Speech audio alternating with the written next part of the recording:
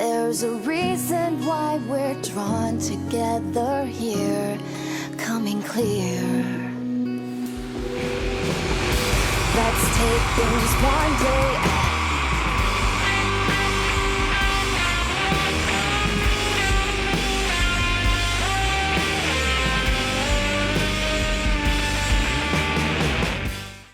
What's up, guys? Welcome to part 2 of Carbon-14 Dating, the thing that nobody asked for. So hopefully this video gives you some mild entertainment during this pandemic. Let's get right down to it. Also, some of the I had some issues with the camera, so if you'll just please just sort of ignore that. Okay, bye. All right, let's go. There's Sherry. She handed it to me. I could tell it was printed off in the highest resolution possible, fully inked and glossy, so she's talking about a photograph that was taken of the profile wall. What do we use this photograph for? First thing is first. We distinguish each layer and outline it on the photograph. Once Augustin or myself check it over, you can go ahead and start excavating. This picture is an irreplaceable reference, and you'll find yourself relying on it often. Please don't lose it or get it tarnished. Which honestly, why don't they have copies of these things, but okay. Sadly, Augustin is short-staffed at the moment. I'll be helping the other students since most are new to this too. Is there anything else you'd like to go over? Alright, let's see what the type of excavation is.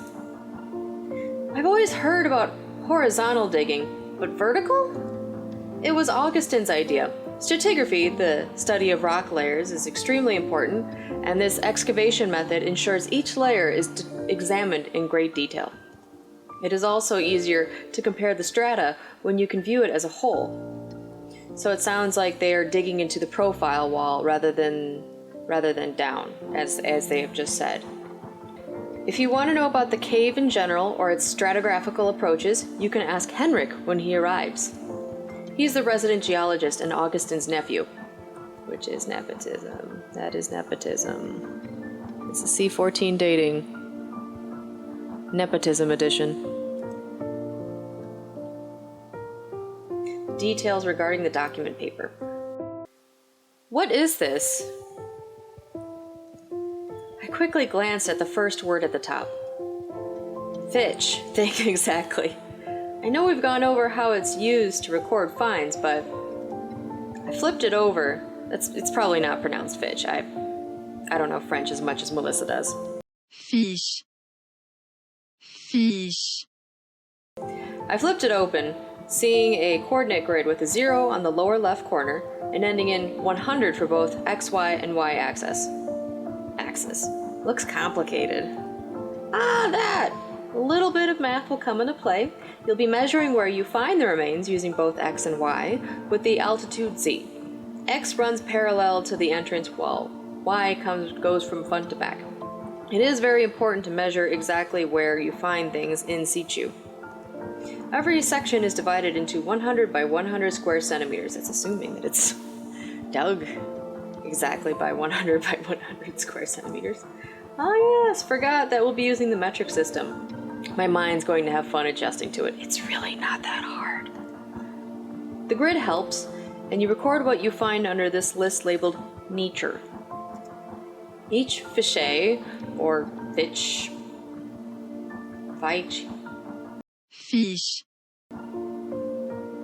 don't know, or document has its own number already written, along with the year. You fill out the Karen number, the layer name, and today's date. Oh, and write down the photo's number on it so there's no mix-up. Yes, documentation is an essential part of the archaeological process. Without it... Did you get all that? It's a lot to take in, but I think I grasped it. It's easier once you actually start, and I'll be there to help. Remember, 1 pitch per layer. Okay? What to do once you find an artifact or bone? So, what do I do once I find that Neanderthal tooth? First, don't pluck it out like an amateur archaeologist. You'll lose the context. It's true. Measure it before you remove it, number it, and then carefully wrap it in tin foil. There will be a plastic bag you can use to store all of the findings. How do you number the findings? just by the order you find it in, 1, 2, or 3. There must be a better way of doing that. They must, like, I wouldn't put an artifact into a bag without like full and complete context, like what project, what site name, like exactly what layer, lot number. It just, I'm gonna imagine that they're not just making like bags and writing 1, 2, and 3. Jot it down on a piece of paper and stick it in the tin foil as well so it won't get lost. Okay. When you finish excavating the entire layer, seal everything found into a plastic bag along with the completed fish. Believe me, you'll feel relieved to finally finish a layer. I hope she doesn't go away when I start digging. Handling each layer.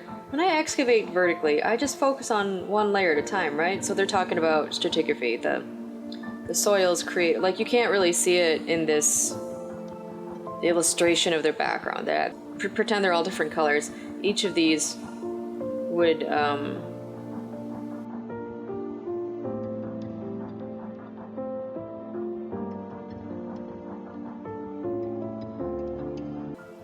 that's the ideal approach. However, layers aren't perfect straight lines like in textbook diagrams. No, they're not. They widen and narrow, slant, or disappear completely. If you come to a situation where you have to dig through more than one layer, keep separate fitches in buckets.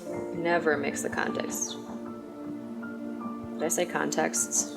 It says contents. But also never mix the contexts, or an archaeologist will plummet from the heavens to stab you with a trowel. Because once you fill up a bucket, you'll be wet screening the material. Anything you overlook the first time, such as a bone, will then be deposited in a cup marked with that layer name. What happens if you find something extremely important, like an entire Neanderthal skull? I was really excited about the prospect of digging up an entire Neanderthal skeleton. Skull, tooth. I mean, there's other artifacts, Melissa. They're cool too.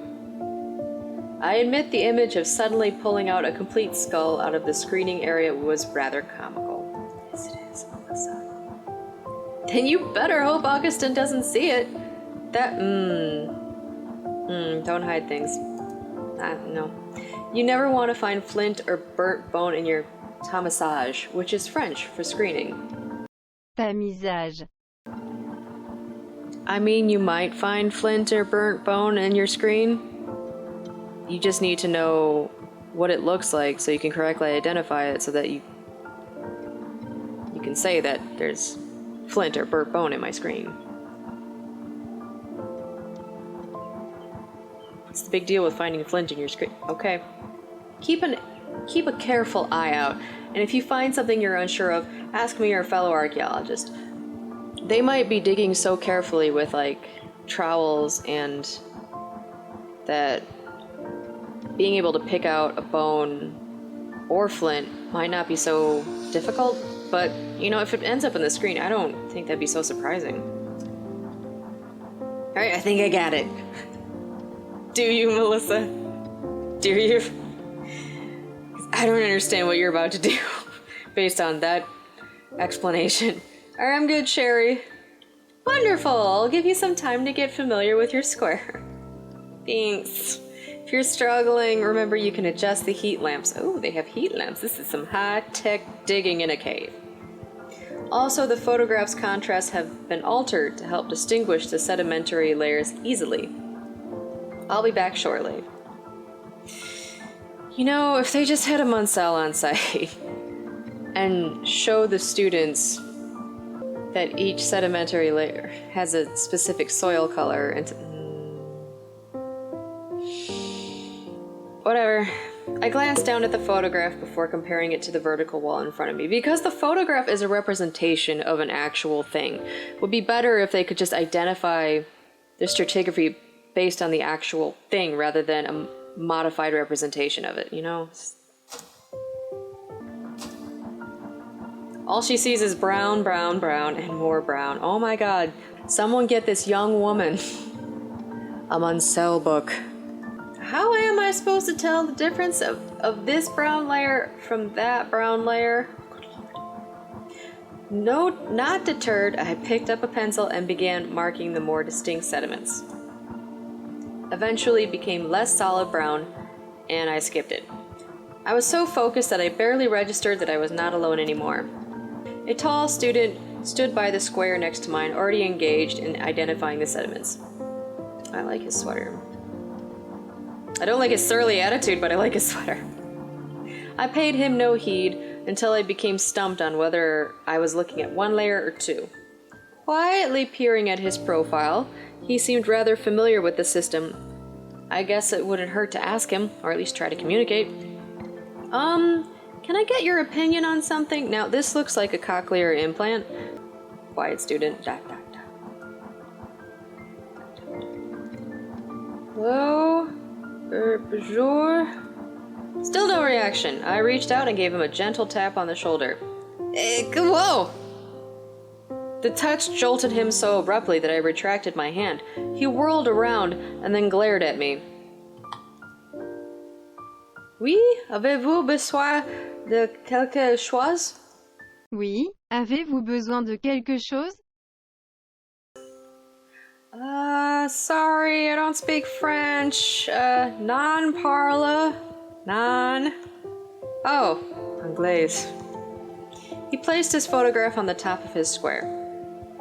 Did you need something? Yeah, actually, I'm trying to figure out the layers, and I can't tell if this is one. I gently traced the soil and then pretended to pinch the air to give an idea of width. Or two. Seems reddish at the top. He grabbed his trowel, giving the vibe of a serious and no-nonsense person. Once I shuffled out of the way, he examined the area I'd indicated. 2. This stratum is more red, as you said, but gradually disappears around here.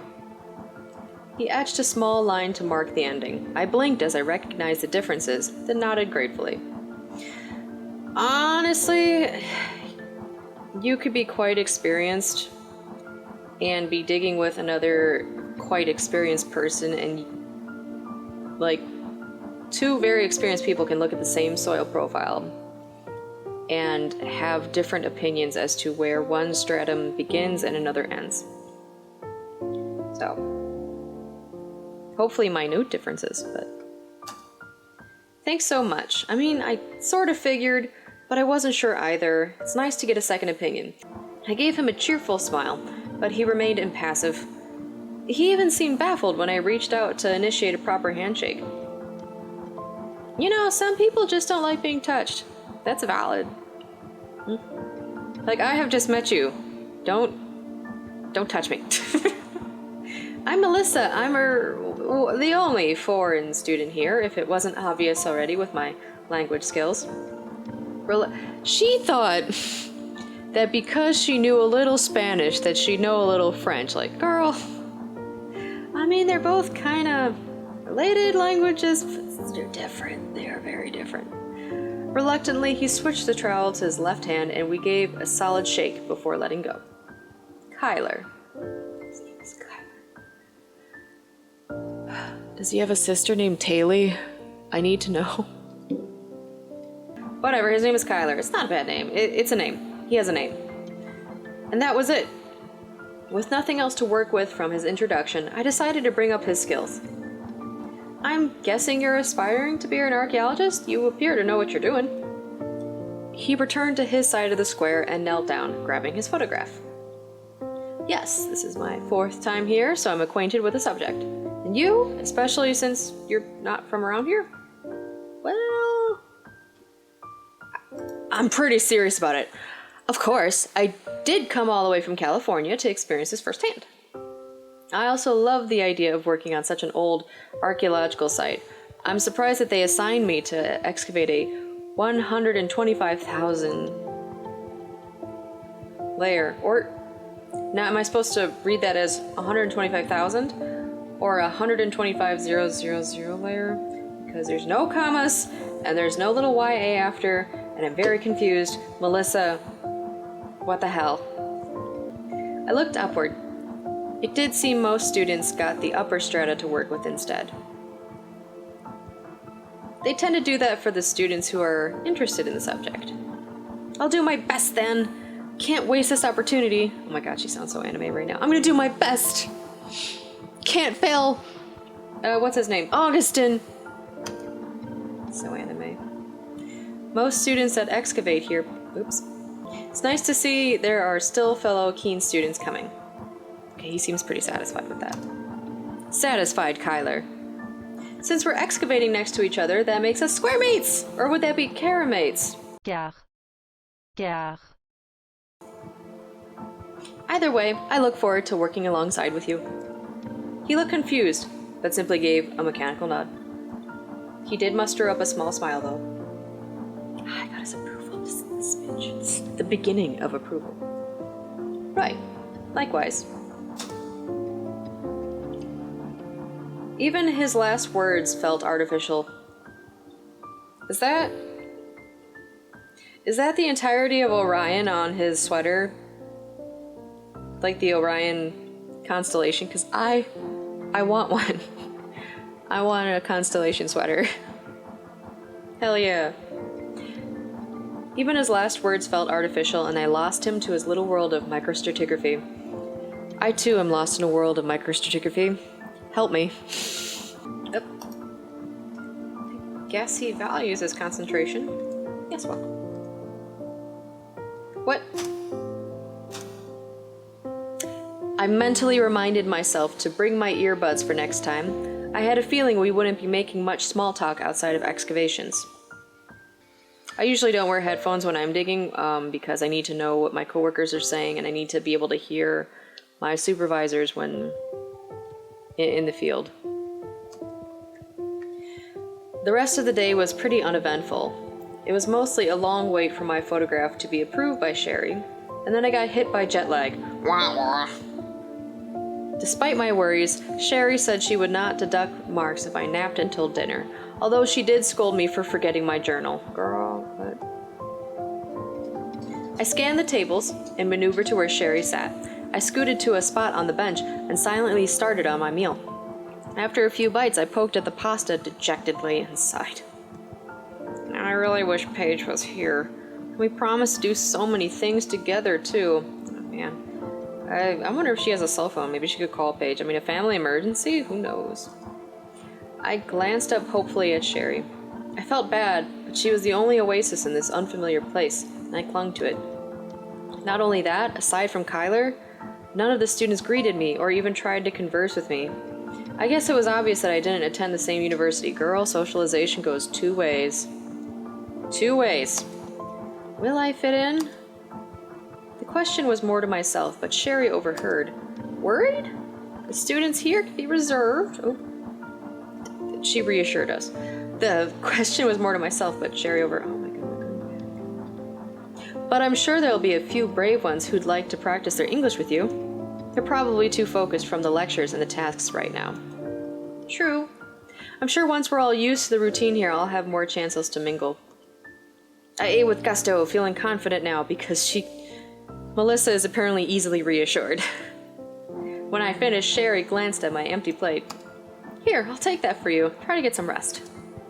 Her concern cheered me up, and I chided myself for feeling anxious when I had barely arrived. You know, you are allowed to have feelings when you are out doing your first field school. It's a scary experience. You're like thousands of miles away from home with a bunch of strange people. It's a bit to get used to, but she seems to be getting used to it real fast, so okay. She's sleeping in a tent. You know, I've been an archaeologist for how long and I have not slept in a tent for it. I've been sleeping in hotels and like my own bedroom. I've been very lucky. But there are people that do sleep in tents and have to sleep in more wild parts of the country. So, archaeologists run the gambit. I retreated to my tent. As I settled down, contemplating about tomorrow, a musical tune disrupted the quiet night. It was quickly silenced, but I knew the catchy introduction theme to Ishtara anywhere. I grabbed my 3DP. No, I didn't leave my system on or anything. Was someone else playing?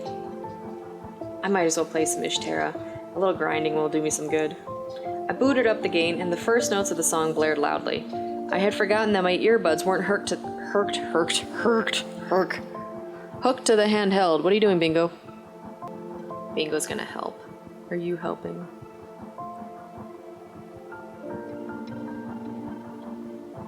He's a good dog. Oh, where is your... Sir. Alright, I'm gonna game and give my dog attention at the same time. Let's see how this goes. I slowed the volume down, hoping it didn't startle anyone. The low spirits I felt earlier today melted away to the warm colors of the game. See? Games are comforting. Hopefully you're being comforted right now during this trying time in our lives. Pandemics, man, but you know, gotta do what you gotta do. Alright, let's see how all this went. These are the... Oh, dawn of the third day. Dun dun. Like in Majora's Mask, the moon just like comes from the sky and kills us all. This is an intense dig now. I'm enjoying a pleasant jog early in the morning. Since I don't know much about Corinne's, I stuck to the familiar path between the train station and the museum. What are you doing? When I returned, I saw people mingling in the open canopy. That meant there was enough time to eat breakfast before the trek to the cave. I swung a leg over the bench and settled into my seat. After pouring myself some apple juice, I grabbed an orange and began peeling it. I don't like oranges. Do you like oranges? Leave a comment below if you like oranges. I don't like the texture. I like the taste of oranges, but I don't like the texture. It's just... I don't know. Sometimes I don't like textures. Did you have a nice jog? Startled by the unfamiliar accent, I have no idea what accent he has, so I'm not gonna try. I glanced upward, greeted by a friendly face. I did! It was just a short one though, since I don't want to risk getting lost just yet. I don't know the area well enough. Fair. The roads can be pretty windy too. You think you're going east, and somehow end up going north. Oh yeah, I noticed the streets aren't all clearly marked. The names are mostly on buildings. Speaking of names, I'm Melissa, pleased to meet you. I extended an arm, and he accepted my handshake. Deandra, enchanté. Excuse you. Wait, you're from around here? C'est ça? It's just... See, this seems like I'm throwing shade at people who live around here. Your accent isn't French when you speak in English. Did you learn it from somewhere? I studied abroad in New Zealand for a few years and picked up their manner of speech. That sounds like a really long plane trip to get to New Zealand, but worth it?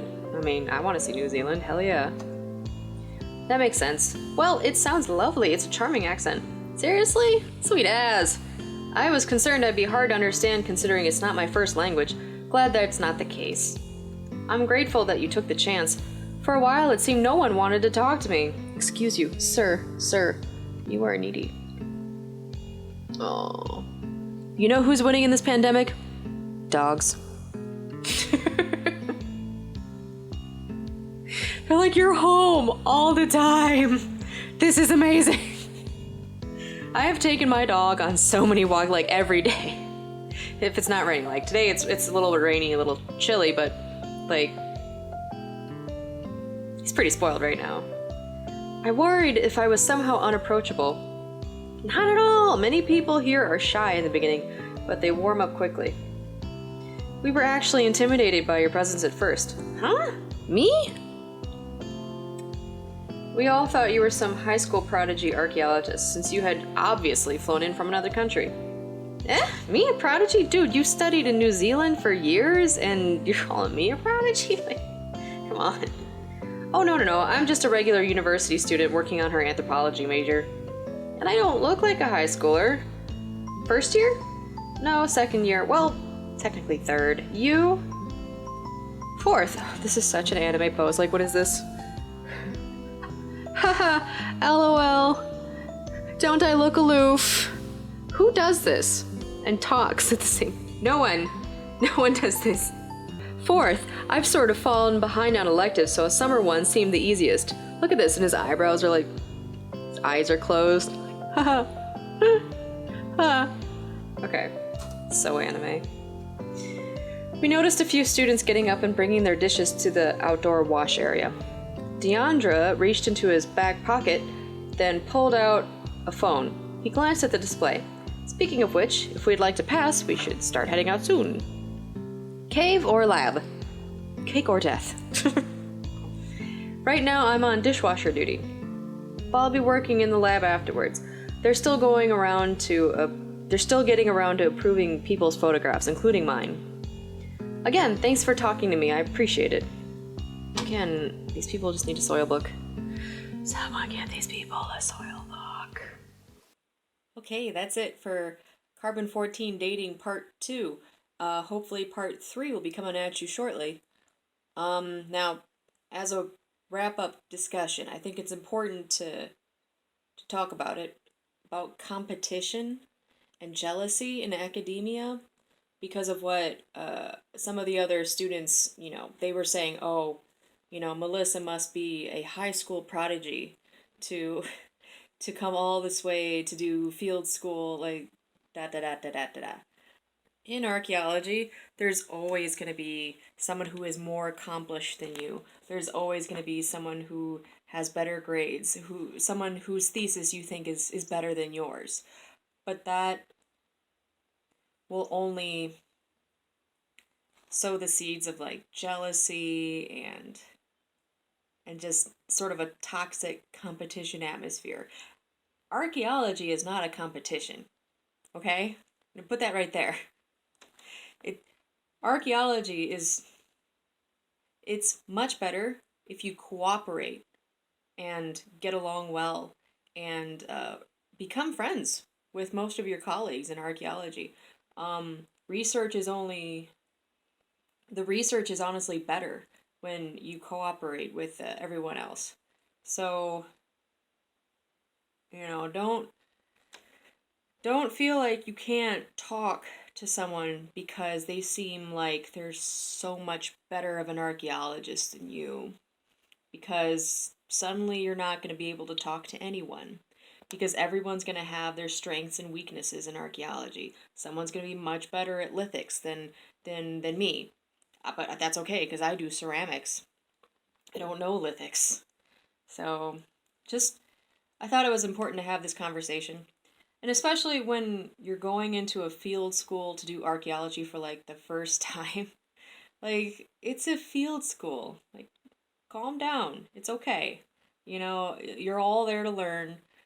You're all there to figure out what archaeology means to you and its place in your life. So, avoid toxic competition, practice academic cooperation, makes everything much better. Okay? Okay. See you in episode 3. Bye!